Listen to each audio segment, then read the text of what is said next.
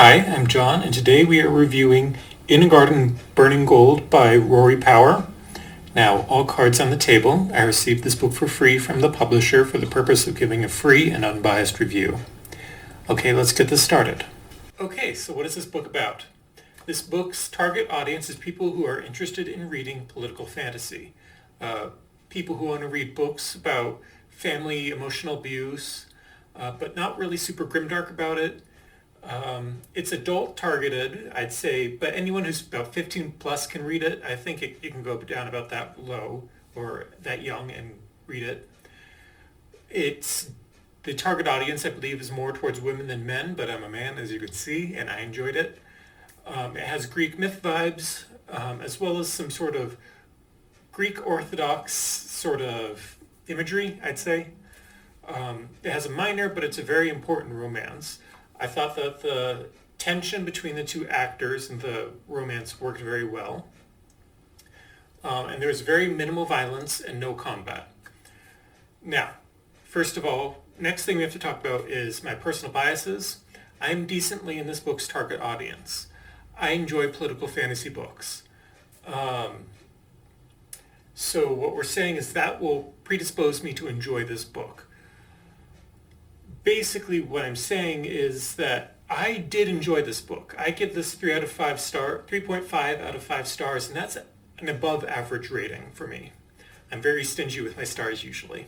So, however, if you are even more in this book's target audience, perhaps if you're a woman or if you like books without combat or stuff like that, but nonetheless have good emotional stakes, this might be for you.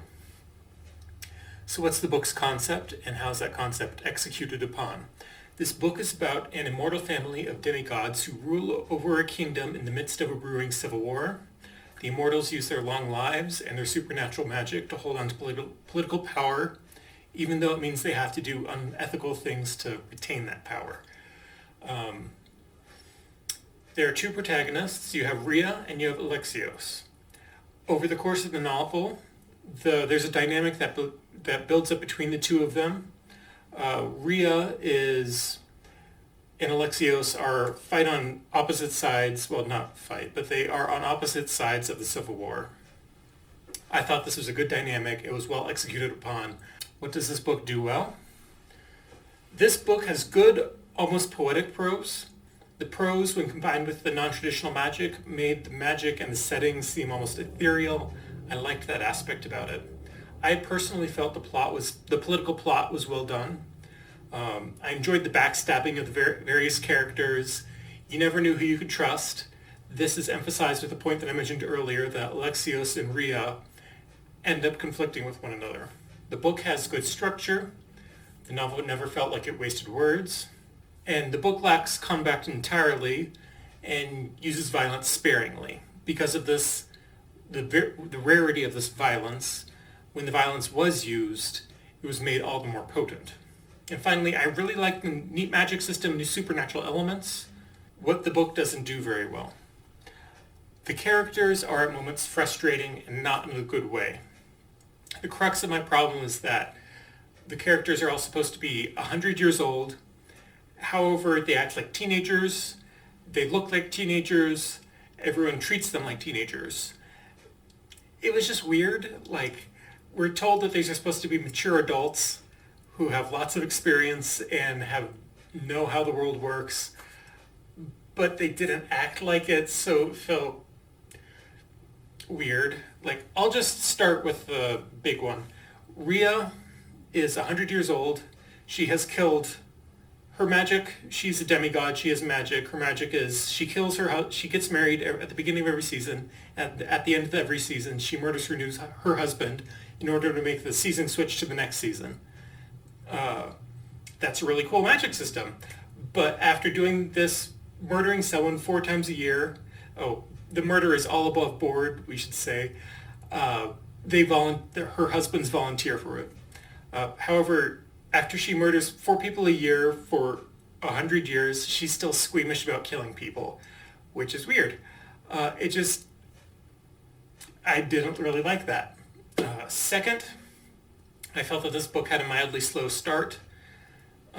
It wasn't very bad, but it was just a bit of a slow start. And finally, this book had a problem with showing, not telling. Now, showing, not telling is a saying in writing circles that the author should take the time in their narrative to write out the hard way to explain the plot point instead of just saying something that's the case. Now, using this book as an example, this book has death magic. We are told that a character, that's my dog if you can hear him, we are told that a character has the ability to say a prayer and magically kill someone. However, we never saw any bodies from this magic working. That really reduced my tension of this. So, another thing. This magic is, the author states in the beginning that this magic cannot be used for murder. Then at the end of the book, a character tries to use this magic for murder. And then the magic failed to be used for murder. So, however, the narrative seemed to think that we should have expected the magic to work for murder. And I was just left puzzled by what was expected of me, what should I anticipate. So it was weird. Overall, I did enjoy this book. I'm listing a lot of little complaints, but overall I did enjoy it. The flaws which were there are easy to ignore because the prose is that good, for me at least. Anyway, I hope I encourage you to at least try it out. Have a nice day.